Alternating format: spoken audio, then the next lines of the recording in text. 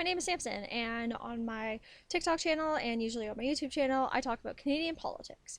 However, today I'm going to be deep diving into the reaction content and going into drama YouTube and talking about KallmeKris. So KallmeKris is a Canadian creator who originally started on TikTok, now having over 50 million followers on TikTok and has 11.9 million subscribers on YouTube.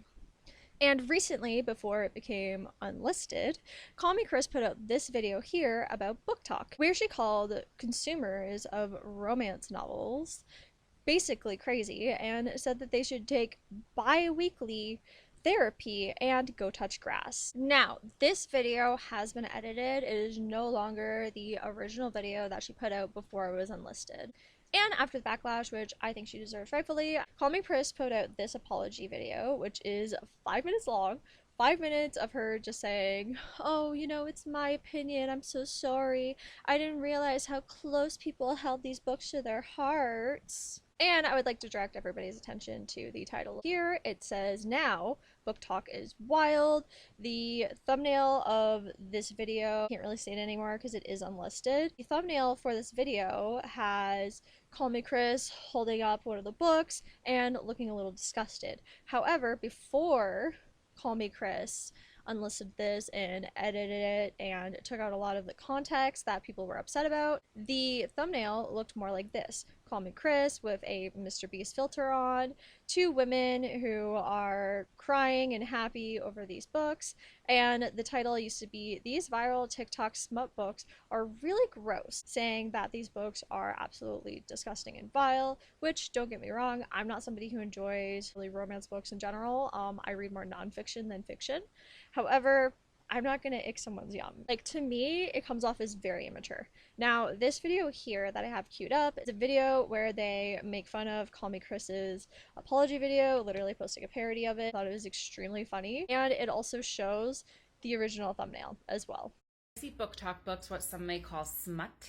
Okay. And you know, I'm a comedy content creator, so I was just having some lighthearted fun. Okay. And I thought everything was okay because for the first couple of days, I was getting overwhelmingly positive comments. You mean like these comments? Yeah, comments that I liked.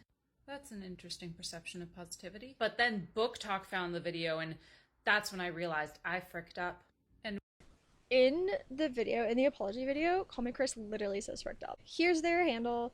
Go check it out. I think it's absolutely hilarious, and I think it really captures the vibe of KallmeKris's textbook YouTuber apology video, which I will be getting to in a moment. However, before I did that, I wanted to direct everybody's attention to this video here. This creator is somebody who claims to be the person who started the bandwagon on calling out KallmeKris for her problematic behavior towards BookTok, and also something that I can totally agree with too, says that KallmeKris is acting in a very misogynistic way.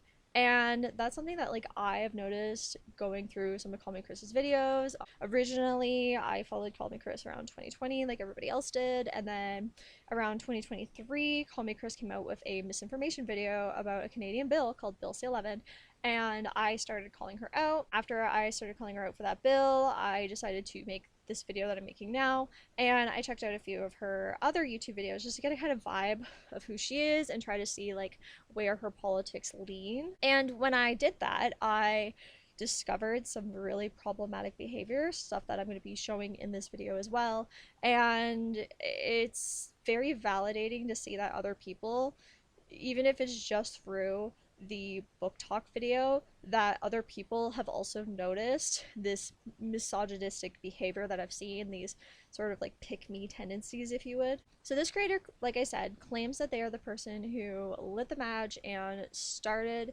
all of this fire against KallmeKris, something that I totally agree with. I think that KallmeKris was out of hand when she made her review and was very misogynistic in a lot of parts of it as well. However, with this video, this creator mentions that KallmeKris in the original video that she made, a video that she did not tag Kris in, like she's tagged Kris in this video, left some troubling comments in her comment section. Again, she did not tag Kris in that video. She only used the hashtag #KallmeKris. That a creator I really liked made a video just being nasty about people like me. Here is what KallmeKris said to me when she saw my video and before she started amending her own YouTube content, the title, actually chopping bits out of the video, and then writing what I considered to be an incredibly condescending pinned comment on that video.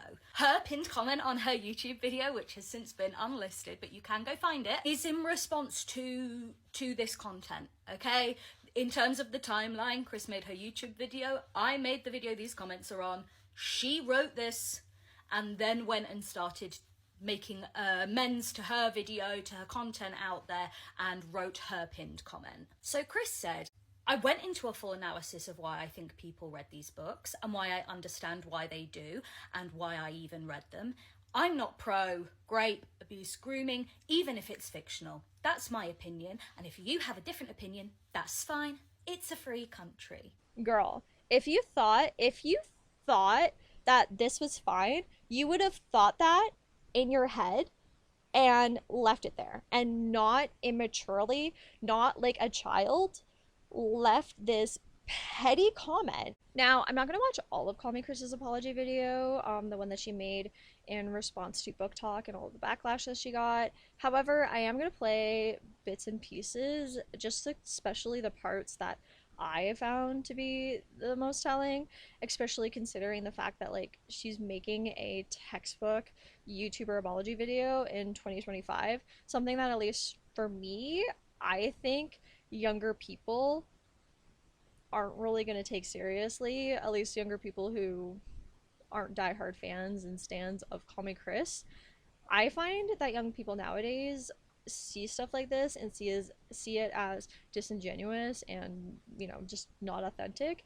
And younger people today, especially Gen Z, they're more willing to follow somebody if they believe that they are authentic, and this to me just doesn't come off authentically.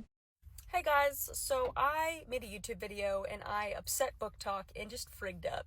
For context, the video Yes, the frigged up thing was real. I made was a book review or multiple book reviews of books that I saw on BookTok, specifically more in the spicy category, in what some would categorize as smut. But I thought it would make for a really fun, interesting, lighthearted video. It was not meant to be serious in the least. And I posted that on Saturday, and it didn't go as I thought it would go. The first couple days it was posted, a lot of people loved the video and it got really positive reviews, but then I guess it made its way to BookTok, and the people from BookTok came to the video and they did not feel the same. My original Yes, so basically this video is pretty much spot on for KallmeKris's apology. And like I said, it's 5 minutes long and in my opinion just comes off as inauthentic. And I know that, you know, that she's always gonna have diehard fans who are gonna believe her no matter what.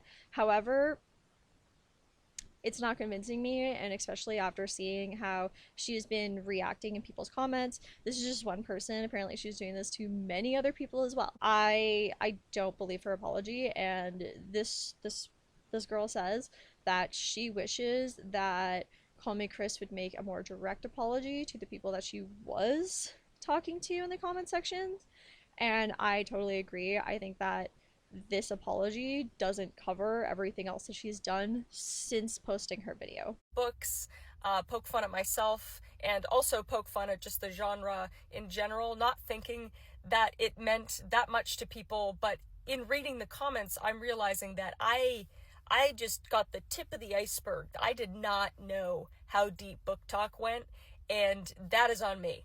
I did not do the proper research, and I didn't realize how close to people's heart that they kept these books.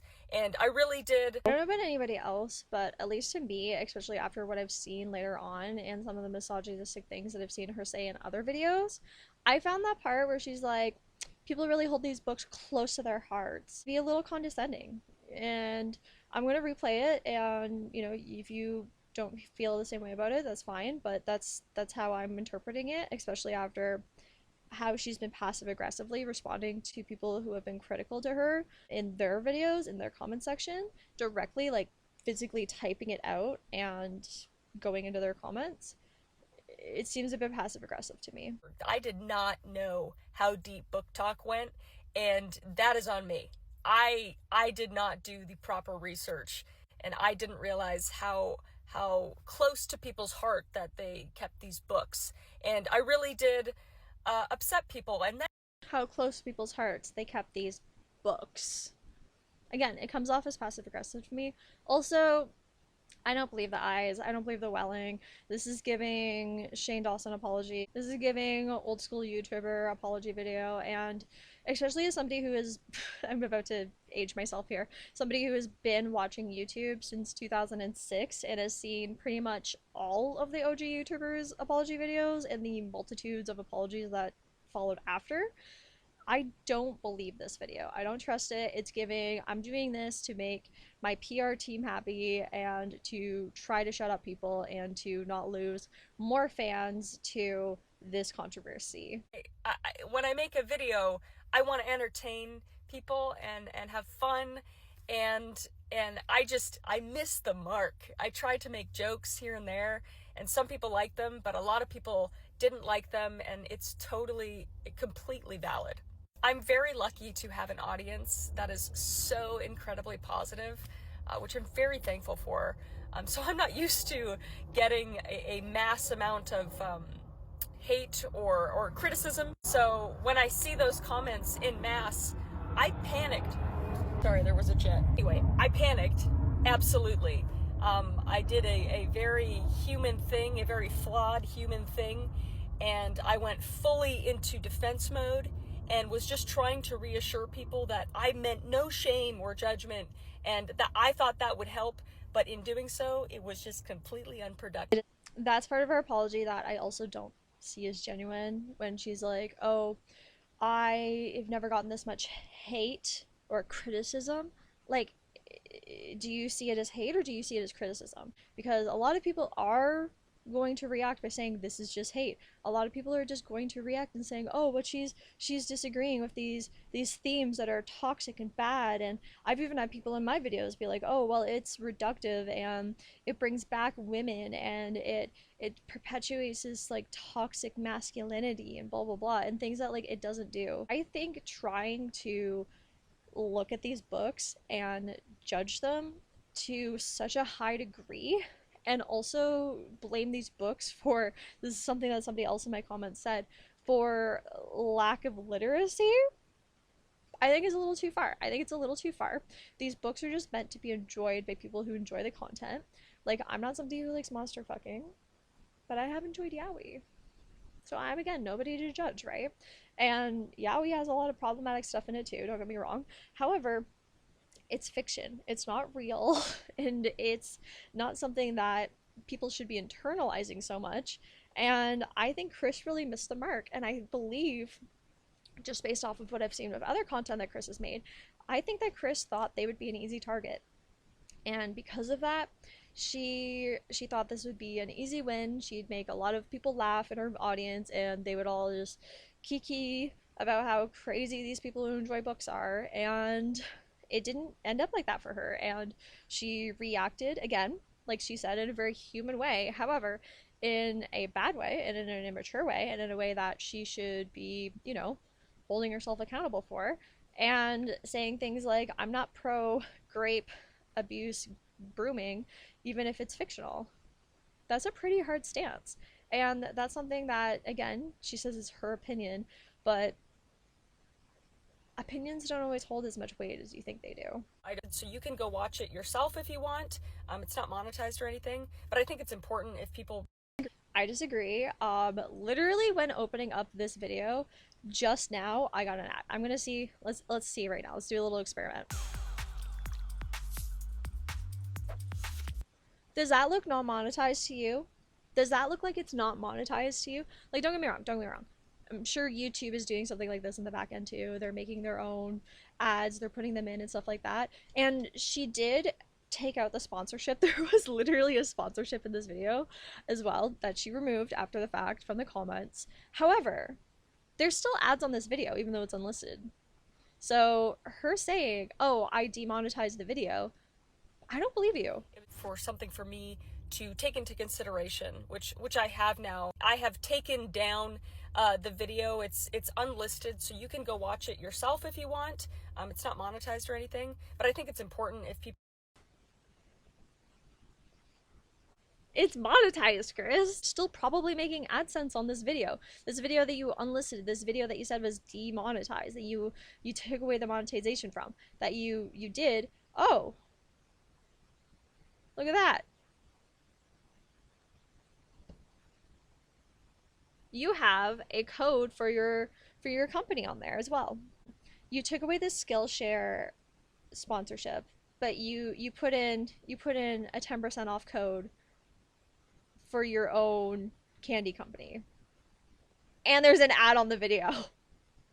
Like, this is the third ad I've seen while putting on this video to make this video. Like, oh my lord.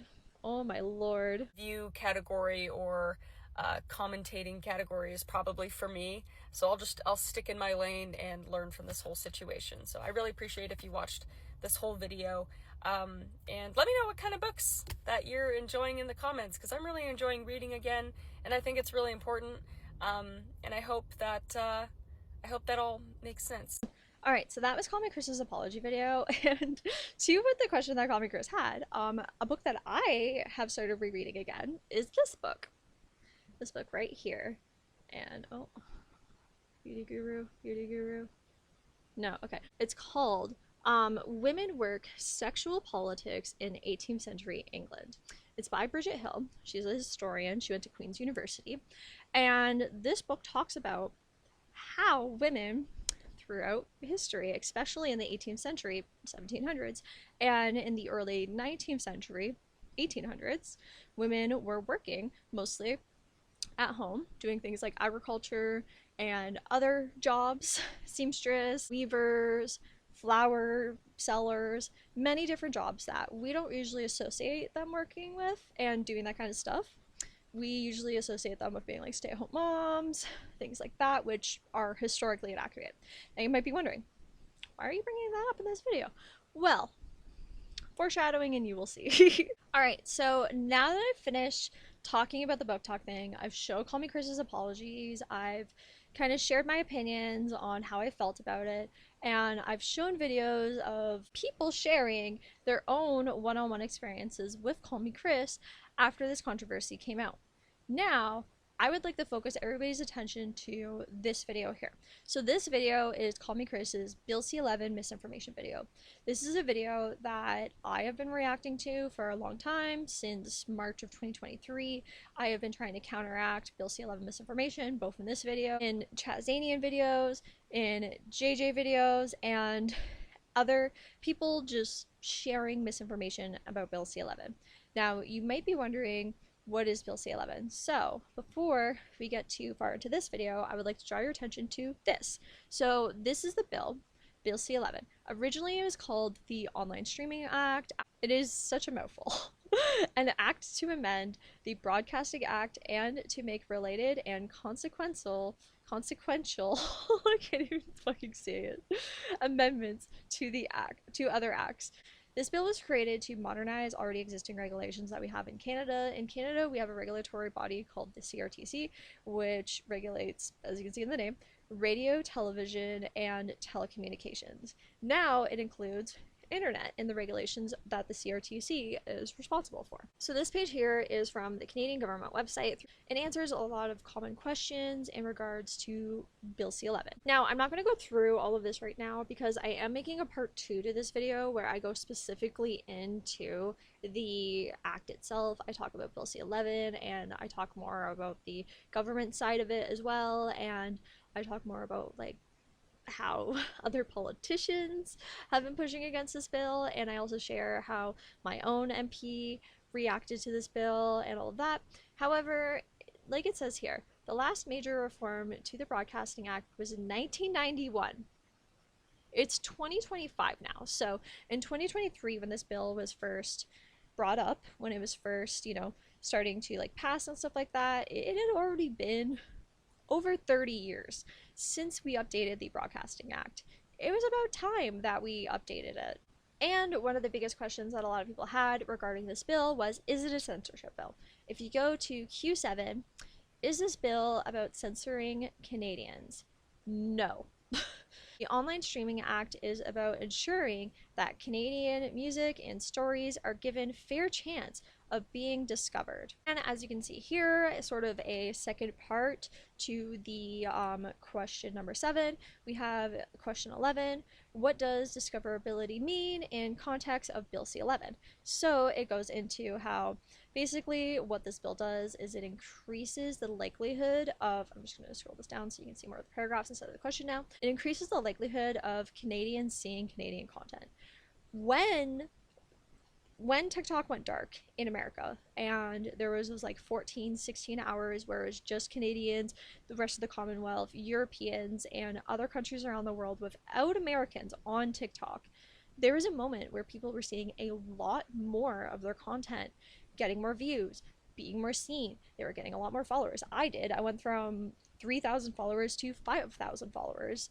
And this is something that Bill C-11 was trying to push. It was trying to push discoverability for Canadians and Canadian content. However, people who are against this bill did not see it that way. They kept telling people that it was a censorship bill, that this was going to alter people's feeds and make it so that Canadians will not be able to see what they want. Their feeds would be disrupted and everything would be under censorship of the Canadian government, which is not true. And in this Q&A thing, they mention digital first creators. Now, what is digital first? So, digital first is a company that was heavily pushing against Bill C-11. And guess who just so happened to have been part of that? Wait, let's go over here. Oh, Digital First Canada. Now, it does say here that they are not subject to this bill because they opted out of it. They chose not to. They didn't want to have to deal with this bill at all. And as it says here, digital first creators, like all individuals uploading content on social media services, are not covered by Bill C-11. This is true. In other words, individual users, influencers, and digital first creators will not be treated like broadcasters. No matter how much money they may make, content uploaded by digital first creators will not be considered commercial. And it also mentions certain social media platforms, which, by the way, have been making their own Bill C-11 misinformation videos as well, something that I will be going more into in the other video. Another part of the problem is this platform itself as well. Canada is not one of the countries that qualifies for the Creator Reward Program or the Creator Fund. To be eligible, creators must have personal TikTok accounts in good standing in one of the countries where the program is available. Currently, that's the US, UK, Germany, Japan, South Korea, France, and Brazil. Other qualifiers include having more than 10,000 followers and 100,000 views in the last 30 days. So one other thing that I wanted to point out before I go into KallmeKris's video is I wanted to point out this TikTok that I already stitched earlier this week by Canadian Poly 101, JB Canadian Politics. Now, JB is somebody who has also, like myself, been talking about Bill C-11 and trying to push back against Bill C-11 misinformation since about 2023. This is somebody who, you know, has also been fighting the fight like I have. And this is a TikTok that they recently made talking about how creators like KallmeKris, Chazanian, and many, many others are part of the reason why Canadians aren't getting monetized in Canada for the content that they are making.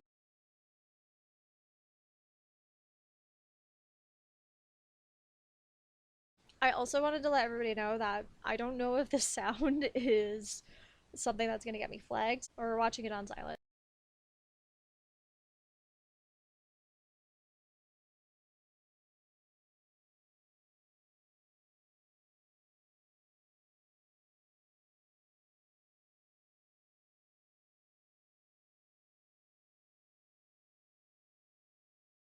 So as you can see, KallmeKris and many others are part of the reason why we are not getting monetized in Canada for our content.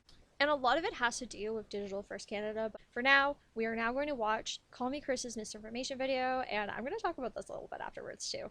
I am scared. I've been paying really close attention to Bill C-11, aka the Online Streaming Act. It's something my fellow Canadian creators should be paying attention to, and all the viewers as well. Bill C-11 was supposed to be promoting Canadian storytelling online. In reality, the bill has ended up so broadly worded that it lets the CRTC interfere with every part of your online life. That includes manipulating your feeds and search results, requiring you to provide proof of your age to access platforms like Reddit and Twitter, and controlling your favorite YouTube channels, TikToks, and other streaming services, and even your own uploads. Earlier this month, the Canadian Senate passed Bill C-11 with a helpful amendment that better protects Canadian creators. But on March 7th, the government gave notice that it would reject this amendment that would protect digital creators. This is terrifying and honestly wild for the government to just ignore digital creators and its viewers. Luckily, there is still time to make an impact. I will put a link for you to click on to send in an already written letter to your local MP. Thank you so much for listening, and #FixBillC11. Now, Bill C-11, again, doesn't do any of those things. It doesn't monitor your feeds. It doesn't change your search results. It doesn't do any of that. And a huge reason why I had that big blurb in the beginning was to show that this bill is not nearly as scary as these people make it out to be. You can go for yourself and look into what this bill is about. I did put up little blurbs to every point that she made, counteracting that as well from the former CRTC's facts and fiction page, which is now taken down, but I will be going into that more in the other video as well. So this is Digital First Media. They are the ones who are working with KallmeKris and other Canadian creators as well to push back against Bill C-11. If you click on the About page and you scroll down, you can see who sponsors this organization. The two bigger platforms, and one of which has been making Bill C-11 misinformation videos all their own. And like in the KallmeKris video that she made, if you go over here to this page, it literally talks about the clause that she mentioned that she said would be detrimental to Canadian creators, when in fact it was not. Now, if you go to Digital First Canada's Twitter page and we scroll to their followings, oh, look who's there. JJ, somebody who I have also been calling out for making Bill C-11 misinformation, and somebody who he himself has said was asked by the Conservative Government of Canada, the official opposition party of Canada, led by Pierre Poilievre, somebody who is very, very chummy with Elon Musk and Donald Trump, who currently wants to annex Canada. Now, this still here from KallmeKris's video shows a thumbnail from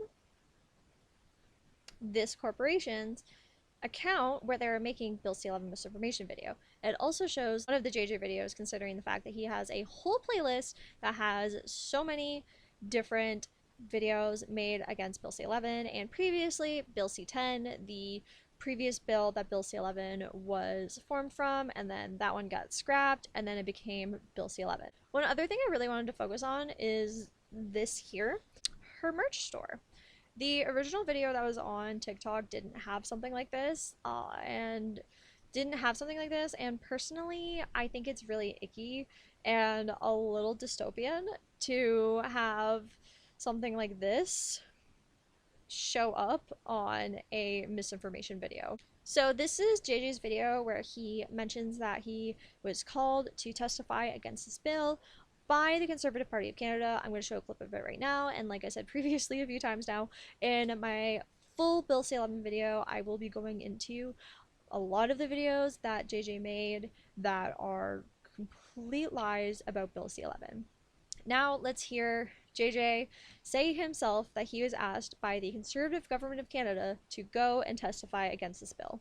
And then there was me. Now, I am not naive. I understand what I represented. I was invited by the Conservative Party to embarrass the government. They knew I was critical of this bill and wanted me to poke some holes in it because it was in their partisan interest to do so. But cynicism aside, I was also a representative of new media digital creators, which, as I said, is the community that I do believe has the most to lose from Bill C-11. So, he was asked by Pierre Poilievre, who is also, as you can see here, that's highlighted, has also been making claims against Bill C-11. So have other conservative MPs, like this one here that I also have highlighted, and again I will be going more into in more depth in my full Bill C-11 video, and a couple other creators as well, including Tim Pool of all people, fascist sympathizer Jordan Peterson. And Performative is a huge fan of Jordan Peterson, something that I previously talked about in my Performative video.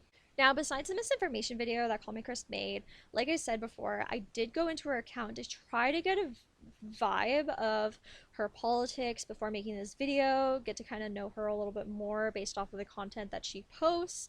And I have to say, a few things that she posted herself I found to be extremely problematic and are some things that I wanted to point out, especially after other creators have been saying that they've noticed misogynistic tendencies from KallmeKris as well.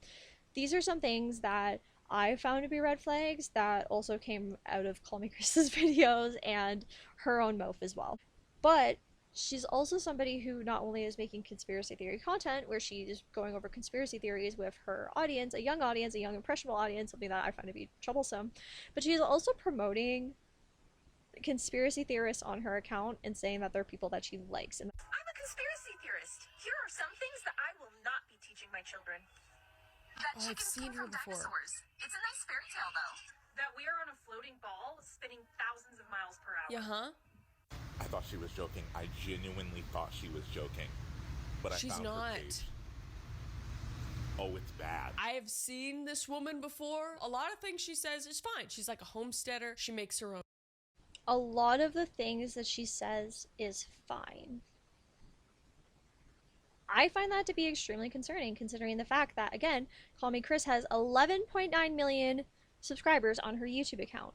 11.9 subscribers that are, you know, mostly teenagers, mostly impressionable people, people who are going to take everything that KallmeKris says as, you know, the truth. And it's very concerning to me that she is promoting a creator that other creators like Jordan and McKay have called out. Now, I'm not going to be reacting to the Jordan McKay video because it is extremely long, and I am trying to keep this as short and sweet as possible, and it is about half of the Lord of the Rings movie. However, I will be linking it below, so if you want to learn more about what Jordan McKay have said about Gubba Hannah, please go see that, and you will also learn why this creator is extremely problematic and somebody that I think is really dangerous. And I know that seems like it's a dramatic thing for me to say, but it is something that I do genuinely believe that KallmeKris promoting creators like Gubba Hannah and other problematic creators, which I will be showing in another video after this one, that are extremely dangerous. And we're gonna get into it. Bread, she has a garden, she has chickens. I'm all about that stuff, but she also thinks space isn't real. I'm a conspiracy theorist. Of course I don't believe in aliens because space isn't real. She also thinks the earth is flat. Of course I don't trust the government, so why would I trust NASA? The earth is flat. Which you're allowed to think whatever you want. Yeah, it's kind of wild to me. And then she also thinks that chickens haven't evolved from dinosaurs, which a lot of science backs that up. I'm not going to claim to know anything. I just go off of what I've been told by scientists. But yeah, it's just weird. It's weird. Now, one thing that I do want to give KallmeKris a tiny little bit of credit for, she does credit this creator. Oh, it's bad. I have seen. However, in the BookTok video and in other videos, she does not credit everybody that she is using in her video. She does not show their handles. She doesn't show any of that stuff, and it is, again, extremely concerning to me and something that BookTok did call her out for.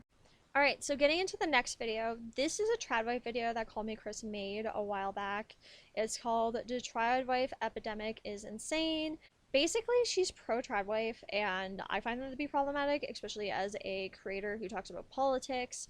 You can see many videos of people who have said that creators who are Tradwives are, working with the alt-right, are being used by the alt-right and galvanized by them to try to convert people to, again, the far right.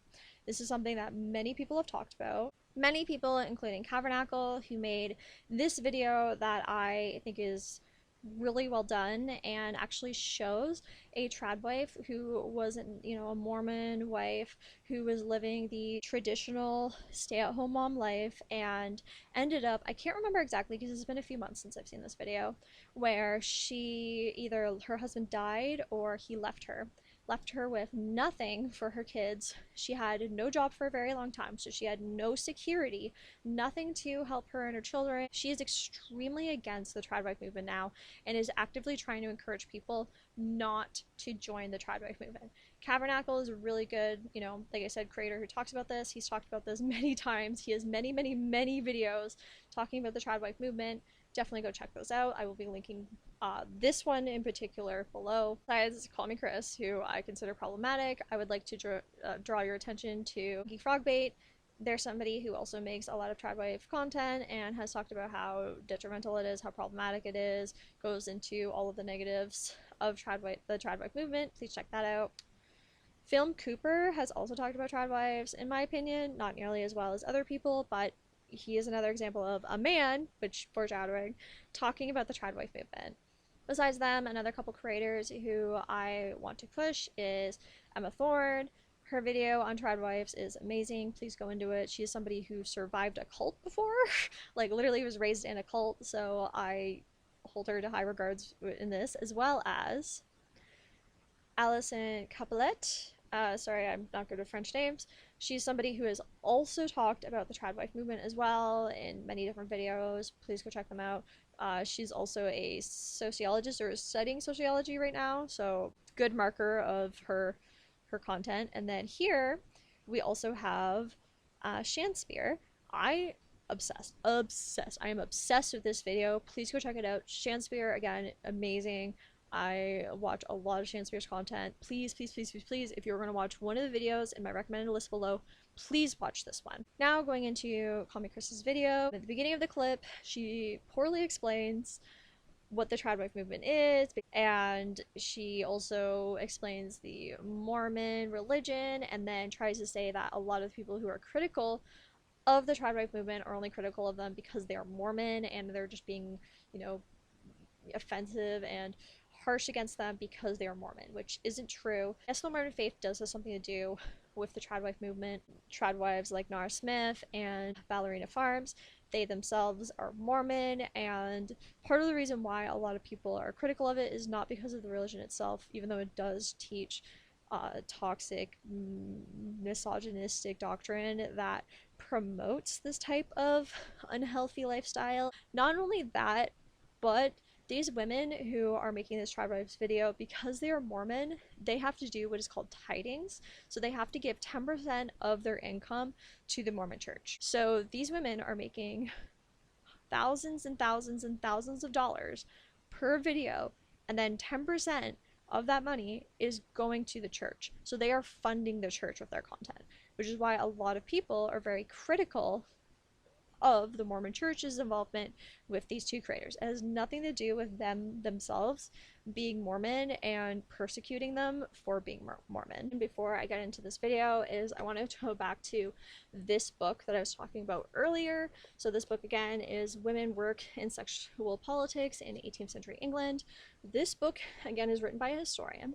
This book talks about how what we view as traditional isn't traditional. So women have always been working. This whole Tradwife lifestyle is just a made-up fantasy based off of Americana advertisements from the 1950s and an imaginary version of the 1950s as well.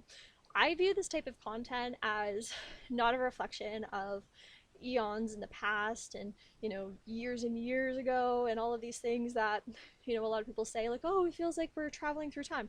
No, I view this stuff as no better than Happy Days, the 1970s show about the 1950s, which again, it's a fantasy, it's not real. I really want to preface that because creators like KallmeKris, who are not really against Tradwives and who are basically advertising these people as good people, they're missing the point when it comes to that content, and I find it very problematic, and I find a lot of things that she says in this video very problematic. So That's basically my blurb. Let's get into it. And I know it's not for everyone. And I respect that, man. It's her life, it's her choice. And she seems really happy with those decisions from what we can see anyway. Do I have a hair on my lip? How unladylike. Sorry. But what's really pissing people off to no end, specifically pissing off other moms and other single women around the world, is the fact that this monster, specifically other moms and single women around the world. I even showed when I was recommending videos, men being critical of Tradwives. KallmeKris doesn't see it that way though. KallmeKris is signaling out only other women. Nara Smith cooks her family meals and snacks from scratch on a daily basis and has the audacity, okay? The audacity to shove it in our faces on a public platform. What a bitch. Problematic beyond problematic to me. KallmeKris' analysis against why people are critical of Tradwives is basically, and she will say this shortly, that they're just jealous. That these people are jealous and they need to get over themselves and they need to stop comparing themselves to these creators. You see where some people are getting annoyed by her videos. Upset or angry, I don't understand that, but like maybe slightly annoyed, maybe. Because Nara Smith will usually start out her videos with this aesthetic and soothing intro along the lines of this. My toddlers woke me up this morning requesting PB&J sandwiches for breakfast. Again, you're missing the entire point here. It has nothing to do with specifically how she is making this food for her family, though that is something that does tie into a lot of this like classist, white supremacist stuff that, you know, people who are smarter than me can explain. I asked my toddlers what they wanted for breakfast and they both said cereal, so cereal it was and we got started right away. Have you ever asked yourself why it is that Tradwives and other conservative female influencers who promote traditional gender roles have all the time in the world to make cereal from scratch, but somehow never seem to record themselves doing essential domestic labor like vacuuming, trying to get a particularly nasty stain out of a shirt, or scrubbing a toilet? When they are performing labor in these videos, it's always something that, strictly speaking, is unnecessary, and they are doing it the hardest way possible. Because the answer is that it is for show. It is all a performance. In his remarkably prescient 1899 book, The Theory of the Leisure Class, Thorsten Veblen coined the terms conspicuous consumption and conspicuous leisure, suggesting that those with wealth and power, no longer having any economic production to contribute themselves, instead contribute to the production and consumption of leisure. Those consumption practices, those leisure activities, are conspicuous precisely because that is how the leisure class signals their difference from the working class, signals their exceptionality and their superiority. They're not better than us because they can make their children cereal from scratch. They're better than us because they are so wealthy and well off that they have nothing more important to worry about. And if we were to ever see Tradwives perform essential productive domestic labor, or see their husbands perform any domestic labor at all, that would in fact mark them as failures as Tradwives. As Veblen wrote in 1899, again, he could have written it yesterday, application to productive labor is a mark of poverty and subjection. It becomes inconsistent with a reputable standing in the community. Because these videos are not instructional. They are maybe inspirational, but they are always performative. This is not real labor. This is symbolic labor. It is nothing more than social signaling that this woman and her family belong to the leisure class. And it is also how she builds and signals her value if you are the sort of person who operates within an exchange economy that assigns high and low value to human beings. Because her value to her husband is not in her ability to care for the home or care for the children, right? Anyone who is able to engage in this level of conspicuous leisure has somebody that they are paying to do all of those things. No, her value is instead in her ability to perform the role of trophy wife, and to be the ultimate realization and personification of her husband's socioeconomic prowess. Because Tradwives are conspicuous consumers, yes, but it is the audience's consumption of Tradwives that truly makes them valuable to their husbands. However, to me, just breaking down this discourse into people are jealous, that's not it. That's not it to me. Like, there's a lot of legitimate, serious problems, which the people down below will explain better than I can. It has nothing to do with, you know, people being jealous. Like, don't get me wrong.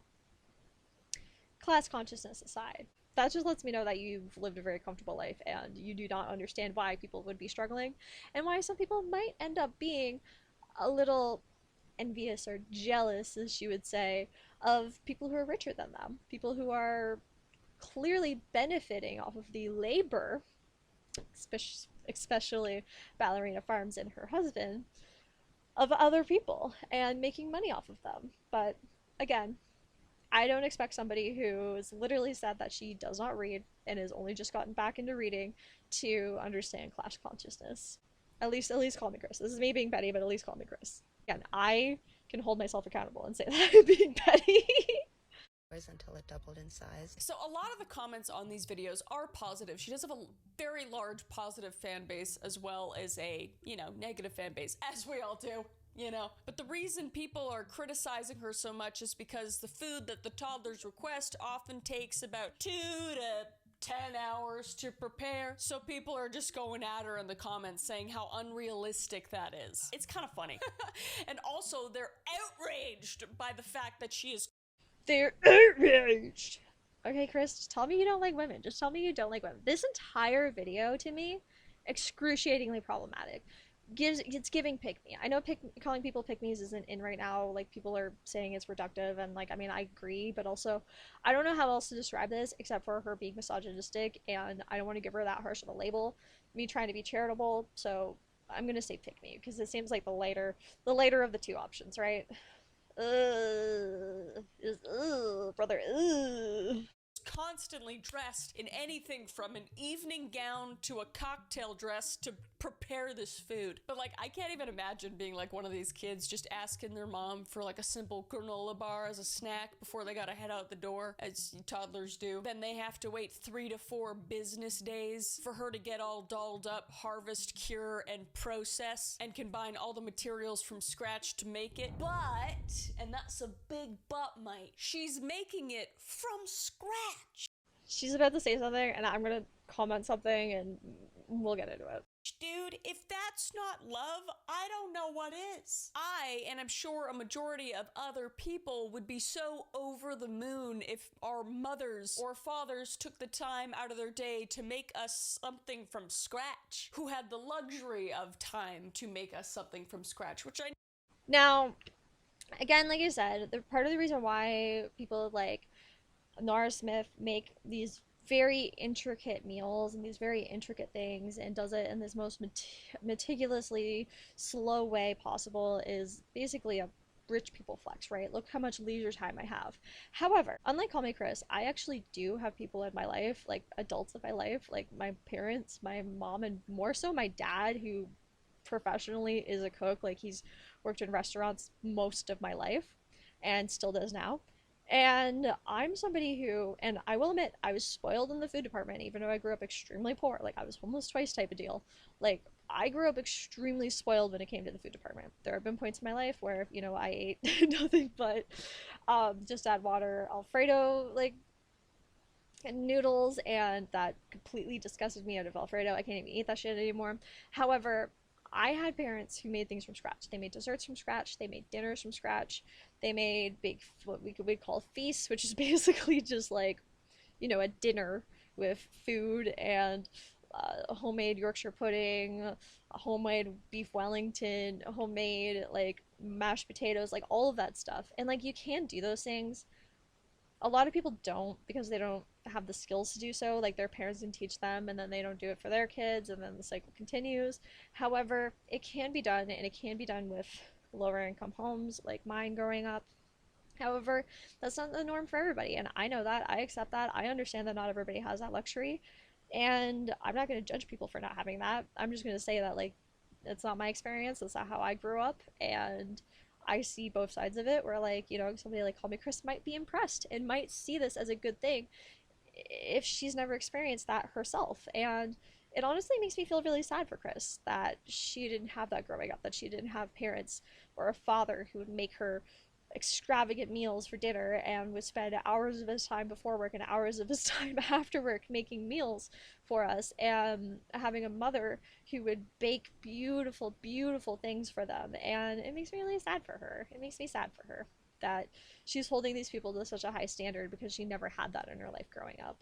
I, and I'm sure a majority of other people, would be so over the moon if our mothers or fathers took the time out of their day to make us something from scratch, who had the luxury of time to make us something from scratch, which I know a lot of our parents didn't, and probably a lot of parents don't nowadays, and that's where the outrage comes from. Therein lies the problem for so many of these people just ragging on Nara. In simple terms, they're just jealous. They're jealous of the fact that she shows off her cooking, that she promotes alleged tradwife behavior, giving birth and feeding her family, looking good and creating a work-life balance, all while becoming successful on the internet by working and making money for her family to... So this part she's exaggerating, however, she is a tradwife, and she's probably one of the biggest tradwives out there besides Ballerina Farms, Hannah from Ballerina Farms, and that's somebody who KallmeKris also goes into in this video. And honestly, her thinking that people who are critical of these creators are just jealous, to me, just seems very shallow. Like, it just seems like a very superficial way of looking at the discourse around tradwives, and I don't even think she's really talked to anybody who is critical of these creators, to be honest. Like, just going based off of, like, how she's, you know, analyzing these people, like, I don't think you've really watched anybody who is actually critical of these people, and my guess is she's maybe seen one or two videos where people were like, oh, that's unrealistic, and then went, you're just jealous. Like, grow the fuck up. Grow the fuck up, in my opinion. So I'm about to play a part where I talks about how, you know, Ballerina Farms is rich and stuff like that, and she comes from a rich family, and her husband literally owns an airline, or his family owns an airline, sorry. And again, KallmeKris chops this up to just people being jealous. She completely doesn't understand why people are critical of this, especially in this economy, especially when people are starting to, you know, wake up and realize that millionaires and billionaires are the problem. All of this criticism, all of this discord just goes over her head. Basically saying that her family has a crazy amount of money. People are calling out Ballerina Farms right now for faking her simple farm lifestyle. This led critics to saying that. Also, I don't mean to presume, but a man in her video being critical of tradwives, but again, KallmeKris is just gonna hyper focus on the women being critical and say that they're just jealous mothers and single women. Just weird thing to focus on there, but whatever, I'm not KallmeKris. Her life is simply not as tough as other farmers. So as the clip mentioned, it came to light that Ballerina Farms was not all that she seemed. What? An influencer romanticizing their life to be more aesthetic and pleasing to watch for the viewer? I can't believe it. Nothing like that's ever happened before. So people would start to dig, and they would find that Hannah and her family were not the Little House on the Prairie family that they were presenting on the internet. And I don't know if it was the, you know, $32,000 oven and range behind her in almost every video that gave it away. She's about to say the fact that they have 10 kids and live on huge acreage. First off, you can be poor and have a lot of kids, and I'm pretty sure, judging based off of who you follow on, you know, other websites, which I will show in a second, you would probably be very critical of those people for having a lot of kids if they're poor. Again, just my perception of how she's acting and how she's speaking critically of people on the internet regarding stuff like this. Also, I don't know about Kris, but I don't own anything that costs $30,000. Let alone an oven.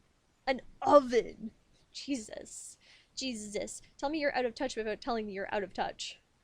That she lives on an expansive acreage with a family of 10 with dozens of farm animals, but people found out somehow and were pissed for some reason. And it is worth noting, and I said this before, that Hannah never said that she wasn't generationally wealthy, which she is. She just posted videos to post videos and to help grow her current family business, which is not a crime. She wasn't lying by any means. Very privy to the fact that showing the farm life and dressing the way that she did, she was giving a certain aesthetic that would be, you know, fun to follow. It's really fun to watch those kind of videos. It's almost like going back in time. But I can also see that she probably just likes to live like that. From what we can see, that is how she lives. Again, nothing is real on the internet. Mind you, this video did come out before the article about Ballerina Farms' life came out, and how most of it is David pushing all of this on Ballerina Farms, and how she really just wanted to be a ballerina, didn't even want to get together with him, and then he stalked his way into her life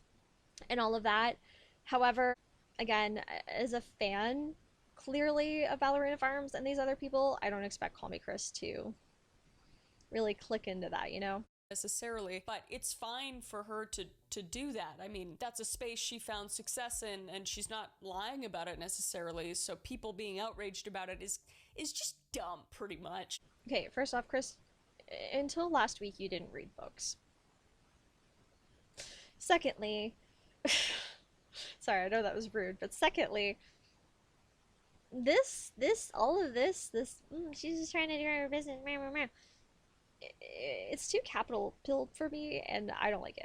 It gives me the ick. I know that's a me thing, but it gives me the ick.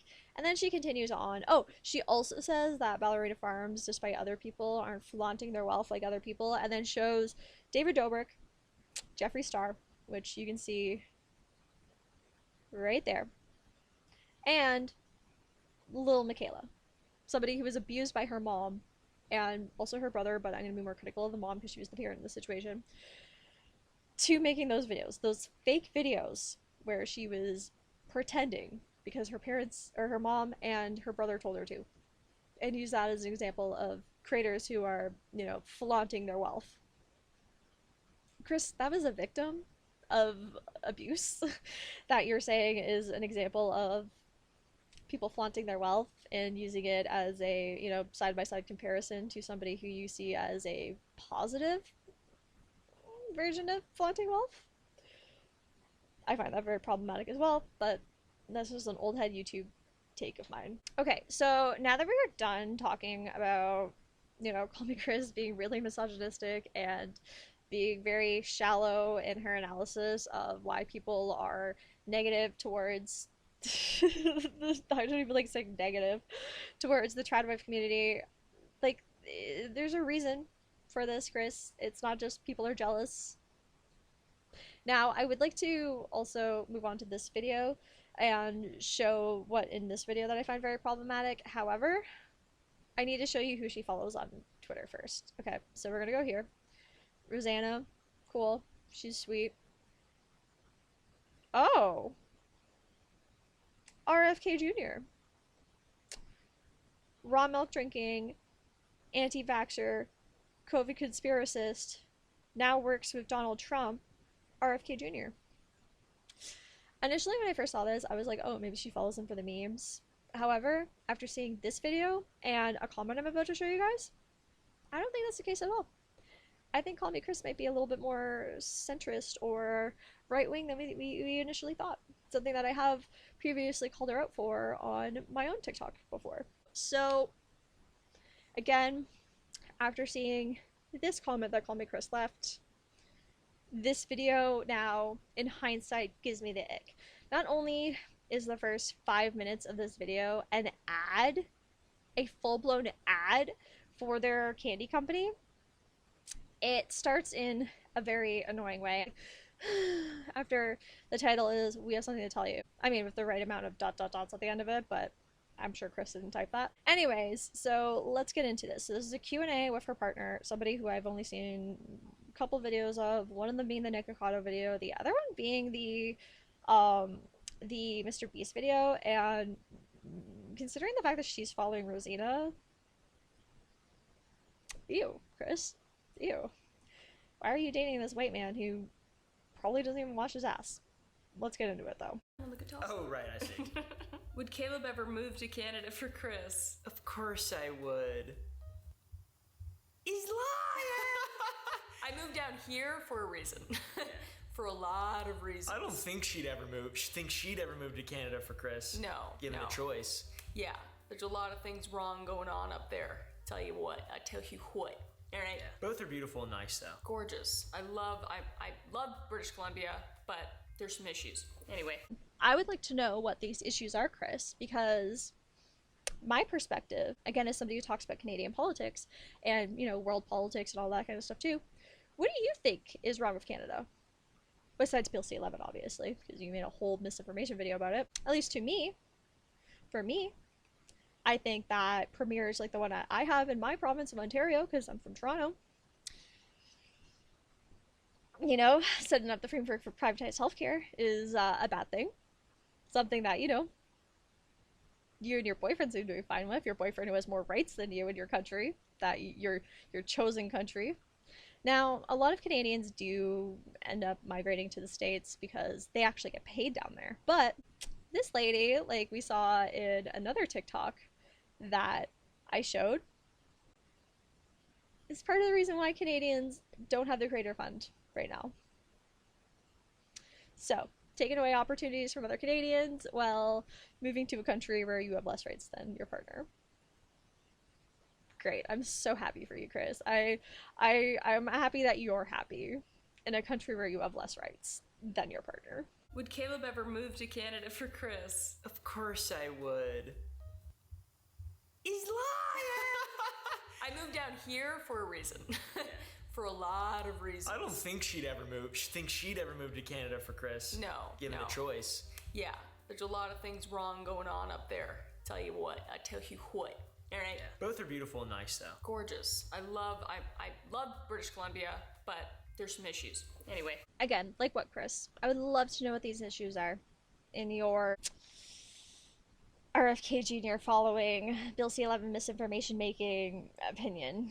Because again, she seems to hold her opinion to very high regards, considering. Not only that, but I hope that you kept your dual citizenship so that if you ever inevitably get hurt in America, or, you know, even though she said in this video previously, which I'm not going to show because it's not really relevant, that she, you know, said that she didn't want to have kids, but he wants to have 10 kids, so, you know, she's going to completely change her personality for a guy who, in my opinion, probably doesn't wash his ass, and probably give him those 10 kids that she didn't want. I hope that if you ever do end up pregnant and, you know, any of that kind of stuff, that you keep your dual citizenship, even though probably living in Texas, you'd be, you know, going to jail for traveling to another country to give birth, or whatever you need to. You made your choices. I hope you're happy with them.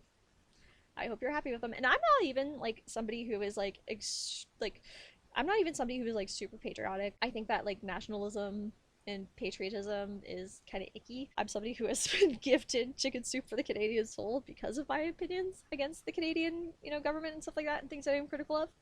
However, I would never, ever, ever, ever, ever willingly move to the United States of America, especially Texas, one of the worst states. Oof. I hope you and Ted Cruz, another Canadian exporter, happy together down there, Kris.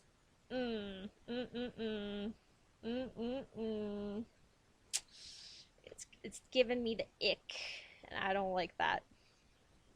I don't like that, Kris.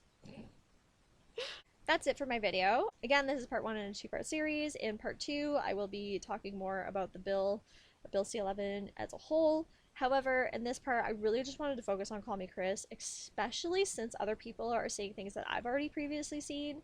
Very misogynistic takes, very misogynistic tendencies, like just having bad vibes. Just having bad vibes in general. Again, thank you for watching this video. I hope you liked it. I hope to see you in my next video that I make about Bill C-11, and in future videos that I also post about Bill C-18, a bill that gets commonly confused for Bill C-11, and also Mark Zuckerberg, which will also be part of that video. And if you want to see more content of mine that I was already previously posted, you can check out my TikTok account where I talk daily about politics, or my YouTube account where sometimes I post my videos over there as well. Other videos that I have posted, like my Pierre Polyev video, something that I think is really important to watch right now, considering the fact that he might become our prime minister soon. I don't like it. I don't like it one bit. Like this video, subscribe, and yeah, that's it for me.